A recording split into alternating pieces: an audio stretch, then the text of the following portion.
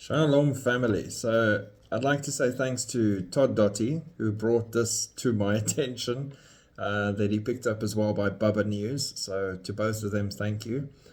Watching very well. There's many parts to Netanyahu's speech that I'm sure we will be unpacking for weeks to come, and the things that he said that are really epic. But the one that I want to touch on now is the reference to a NATO-like regional security that he's pushing for, led by the United States and Israel for the entire region.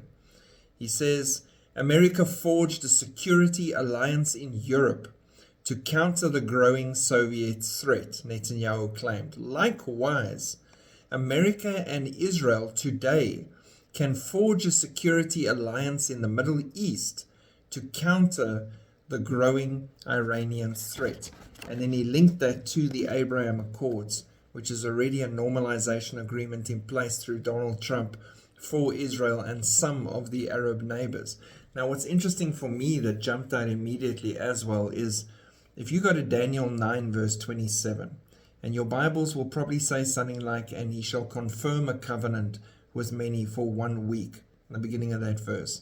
Now the word for and he shall confirm, wehigbir over there in the Hebrew, also means to strengthen. He shall strengthen a covenant. So an existing set of agreements that can be rolled into a covenant, he will strengthen them. Another way of using this word is prevail. Where others have failed, this covenant will prevail and seemingly be the perfect covenant. And the Bible doesn't refer to it for nothing as the covenant of death that they're signing. It also gets translated as magnified.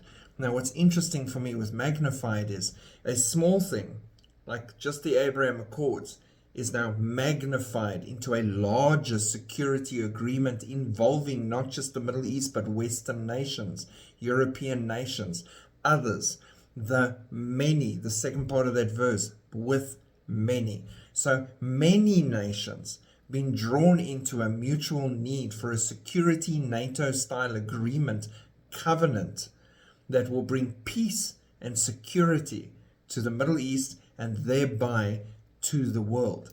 And now you see how slowly but surely we're seeing the intricate weaving of this tapestry of this end-time covenant of death taking place right in front of our eyes.